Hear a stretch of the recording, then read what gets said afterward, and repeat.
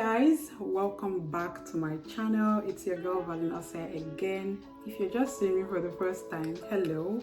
I hope you consider subscribing before leaving and becoming part of this family. If you're a returning subscriber, thank you so very much. Now on this platform, I just share my experiences here in the United States to encourage and motivate other aspiring and current international students. So if you're interested, please consider subscribing, and yeah, we'll be friends. So in today's video, I'm going to be talking about my job hunting or my job searching experience in the United States. Wow, it's been a journey, guys. So before we get into that, I just wanted to let you guys know that I have my mailing list, which is in the description down below. Click on the link in my description to join my mailing list, where you receive never heard before stories about my journey here in the US and useful resources that do not make it here on YouTube, right? And again, you can also join my Telegram group, which is a community for aspiring and current international students to connect, help one another, and just be better. And if you want to have a one-on-one session with me, if you're confused about your study abroad journey, or you don't even know how to start or go about it, you need some sort of guidance, you can book a consultation with me, and the link as well is in my description down below. So let's move on to my theme for today.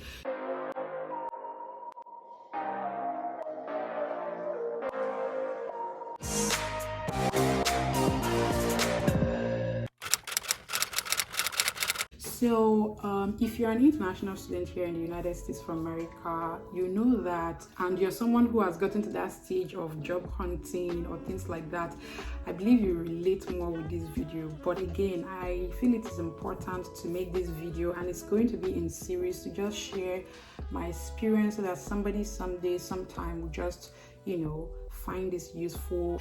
So yeah, I have made a couple of videos on my channel talking about, the restrictions on international students here in the United States of America. So you can go through my channel, watch those videos, or maybe I'll link them here so you can just watch them after to understand better. But again, if you're an international student here, once you graduate, you have 90 days to find a job or stand a chance of being sent back to your home country. So that is very frustrating for us internationals, because it is one thing for you to be, when you're about to graduate, it's one thing for you to want your dream to come here and study, and then you're here, and then the next thing is like, oh my God, you're about to graduate, so, and then there's this, this big chain that you're carrying that it's too heavy for you. It is that time that you start remembering that, oh my God, it choke. It is choking. Yes, if you're a Nigerian, you understand what I'm saying. But the point is, it is already hard enough for somebody to find a job, right? It is even harder for you to be given an ultimatum to find a job in 90 days. Do you know what's worse? The most annoying thing of it all is that Corona came and just spoiled everything. Do you understand? 2020 was a very challenging year for everybody. It was just, if anyone just survived 2020, if you're alive, I just want you to be thankful to God, because a lot of things happened. So when that happened, it just stopped so many things, and the economy went down, companies were downsizing, they were not taking people anymore, internships, you couldn't even get internships. I've also shared my internship story here, how I lost my just so many things happened. And even in 2021, we're still trying to survive and get things back to normal. So having to deal with that and deal with finding a job is very challenging. I was going to say was very challenging. It's very challenging as an international student. So I believe this is also challenging for citizens. So if it is challenging for citizens, how much more international students? So one thing I'll say that this whole thing is just been very overwhelming, I just cannot tell you. Some days I was really not there, some days I just not feel like applying to jobs, because I think I should make another video to talk about the number of jobs I have applied for so far, because I need to make that video, really, to be honest. And then I'll show you like receipts, like I'll be showing you receipts so that you understand. This video is just for me to share my experience, how it is like. So I started my job hunting before I graduated. I remember it was in November I started. I graduated in December. Did I even start I think I started October or something to just apply. I was using Handshake, I was applying online, I was just, doing the things, just trying to brush up, because I knew I was almost graduating. But it was pretty hard because at the time there was really nothing happening, with everything that was going on in the world. But I continued to apply, and then, I'll get interviews, and in the interview they'll be asking me questions about, do I need sponsorship? I need sponsorship like since last year. I need sponsorship like since last year. And one thing that I noticed again that was becoming a pattern for me, whereas when I'm applying to jobs, I begin to ask myself, when you're applying to jobs, maybe if you've not applied, but when you get to that stage, this is something that will happen to you. As you're applying, you see where they'll ask you, do you need sponsorship in the future? You either tick yes or no. But the thing with ticking yes is that, okay, if the company is a company that sponsors H1B visa, then they know that you require one. And so if they hire you, chances are that they would, you are not going to be worried about, will this company sponsor me? No, because they will sponsor you. But when you now choose no, and then the company, even if they hire, even if they sponsor H1B visa, but because you've chosen no, they will not sponsor it for you, right? Then again, another thing to that is, if you also choose no, if the company does not sponsor and maybe they are not even aware or something, it just totally strikes that out of the whole equation. But so the thing is, it's either you choose that you don't need H1B visa, you don't need them to sponsor you, because see, there are two things. You're battling with meeting the 90 days deadline, right? You're also battling with getting sponsorship. But on a scale of preference, like the 90 days mark is higher. Like literally, it's like, I don't know how to put it. I mean, H1B is higher because it's like work permits, right? For like 6 years. But right now, you need the 90 days mark. You need to meet the 90 days mark, because that is what makes you legal, whatever. That's what keeps you in status and keeps you see, I'm tired. But the point I'm trying to make is, so when you look at things, you have to like decide, which one do I want first? Because if you say you want sponsorship, most companies will not want to hire you. And that's the truth. That's what I discovered over time. Like, they're not looking for somebody that they want to sponsor. And because the previous administration made it sort of very hard for, companies to even sponsor people, you guys know what happened. It was that's why they just ask up front, so that it's either we know right now and decide, I'm sorry. So when you click on that and say no, is an ATS now. The system, first of all, maybe if they don't want people that require sponsorship, you will not even get a call back. Do you understand? But if the system, if they want to sponsor people, then you definitely get a call back if you're qualified for the role that you applied for. So at some point, to be honest, you will start to tick no, that you don't need a sponsorship just because you want to get a job first. I did that, and I'm not gonna lie, severally. But again, you might even say you don't need sponsorship, and then they will ask you, what visa do you have? Do you have authorization to work in the US? And you say yes. They will ask you, what is the work authorization you have? You will not say F1 OPT, right? F1 OPT. They will not ask you, do you need sponsorship in the future? You say no. How would somebody who is on F1 OPT not require sponsorship in the future? That, I believe, is some question that they might ask themselves. That's if it is not like a system-based grading or something, because it just doesn't add up. But again, if you're somebody who's like, maybe you're getting married, you're dating an American or a citizen, and you're going to be getting, the love of your life wants to marry very soon, so you don't have a problem. So you are sure you might not necessarily need it, because you soon become a citizen by marriage, right? Or maybe you already have something sharp, but that's it. But the time will come when you have to choose between either saying you don't need sponsorship or you need sponsorship. But I tell you, you just have to wait. At some point, when you see that you're not getting any callbacks, anything like no leads, no interviews or anything, you might want to make that choice. You might want to make the decision just to know that, okay, at least let me know that this is actually the problem, so you can know the difference. Okay, if I apply to 10 jobs and I say for 5 of the jobs I choose that I don't want my visa to be I don't want sponsorship, and then for the other 5 I choose that I don't want sponsorship. Track the 10 jobs. How many callbacks do you get from each of the category? Then you can tell if it is actually a sponsorship thing or not. But you cannot necessarily know. So it's really tasking and overwhelming. I get to, like, when I wake up all the time, is what I'm doing is just applying to jobs, and there are times when I just get exhausted. I'm like, today I'm not doing it because you just be like, but I'm good for this role. Maybe you get an interview, you're good, they even loved you during the interview, but then what happens?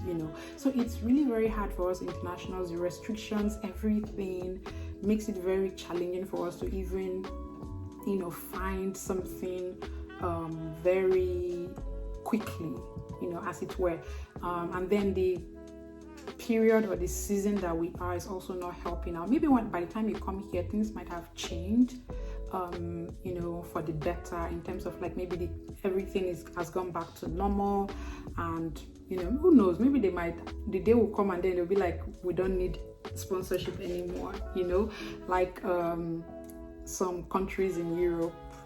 So I made a video where I talked about how you can study abroad for free, and I shared how those countries like Germany, France, once you graduate as an international student, you can start working. Like, you can even stay as long as you want and start working, and you can do any kind of job. Again, guys, this is another issue. If you are an international student here in the US, once you graduate, you have 1 year work authorization, right, which is your OPT. So that OPT will only be functional when you are doing a job that is related to your field of study. Does that make sense? I already made a video about this on my channel, right? Go through my channel, look for the videos OPT, and you watch that video because it's detailed. But let me just tell you a snippet of what I said in that video.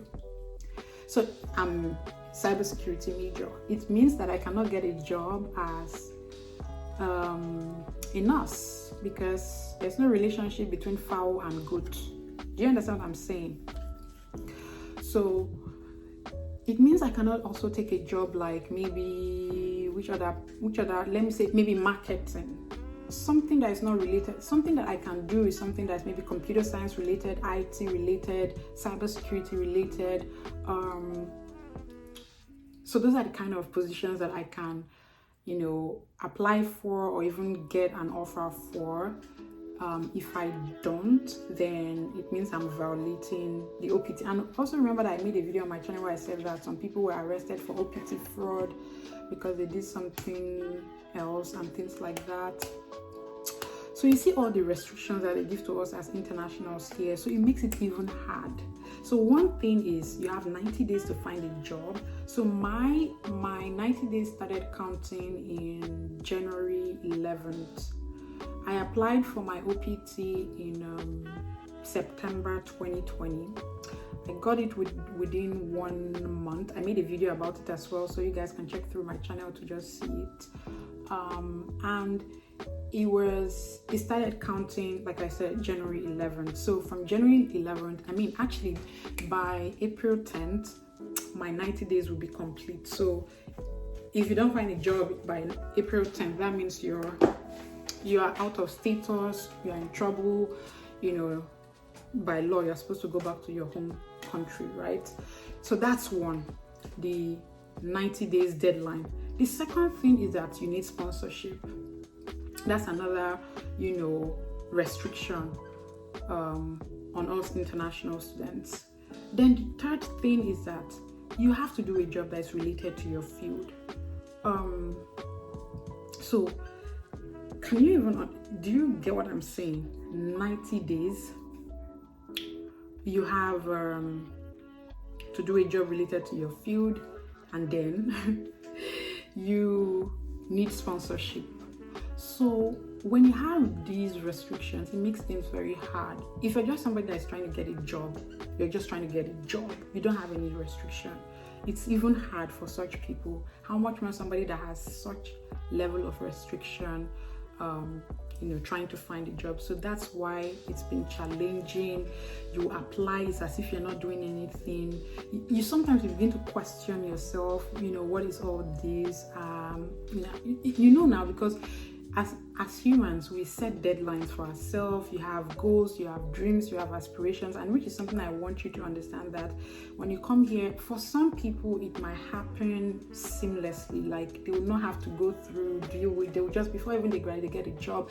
That's how it used to be, like before the pandemic. As during the school, they'll come for career fairs, and you can even start applying and things like that. But again, even as an international, when they come for career fairs, most of the organizations that come there for career fairs, they're not coming to look for internationals really. Because I remember, in 2019, there was this career fair that even my international advisor, they came with flyers to educate the employers there that internationals can work. They have work authorization, because they were in some ways kind of like sidelining or marginalizing international students in a way. So when you just tell them you're international students, they already know. It's like you have this this mark of whatever, so they had to do that awareness. But I was thinking that would take effect, but then the corona thing happened. Some people, it might happen for them seamlessly. They apply to get a job and things like that. For others, it might not necessarily happen that way. And so my point is, when you come, whatever category you find yourself, just take it one step at a time. When you need to take a step back, take a step back. When you need to just cry because I've cried, to be honest. When you need to cry.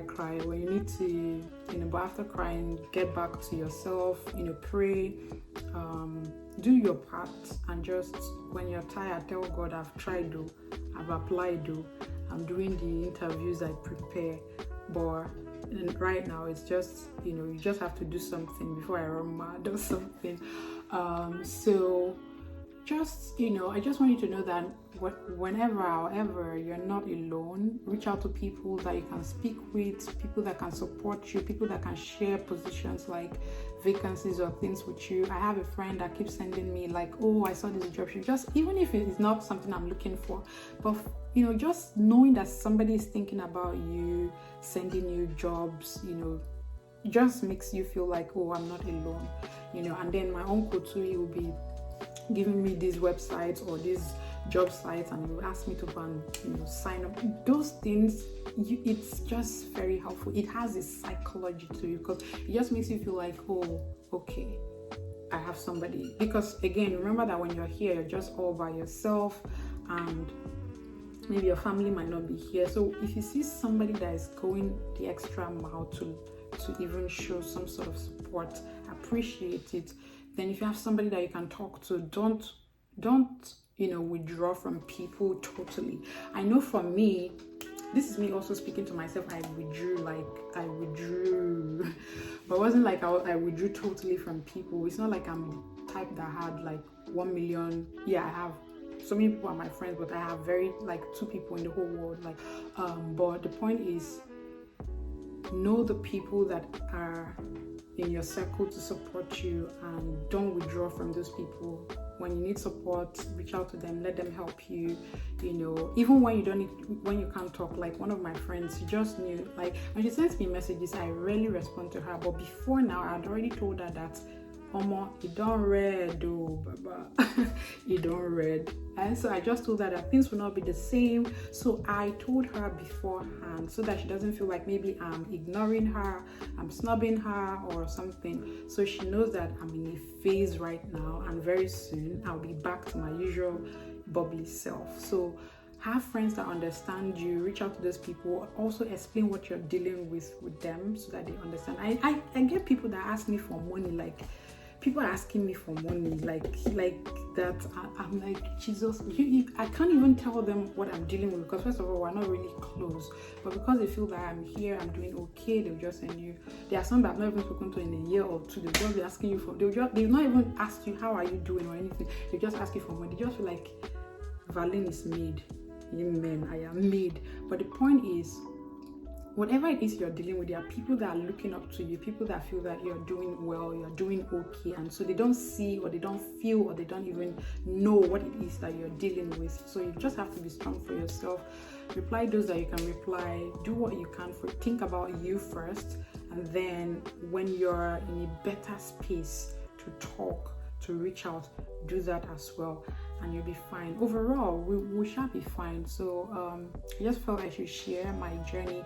In my next video, I'm going to talk about, the jobs I've applied, some mistakes I've made during my application, my job hunting experience here in the US, how I navigated the whole thing to get better results, and how many jobs I've applied so far. So it's just going to be a series, job hunting series, so I'll just be tackling so many things about job hunting here in the US, or job search and things like that. So if you are interested to get other resources as well, please ensure that you join my mailing list. Like I said, it's in the description down below, and also join my Telegram group. The link is in my description down below.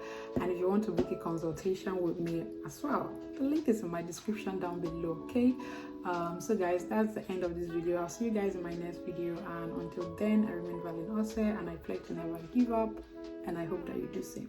Bye guys.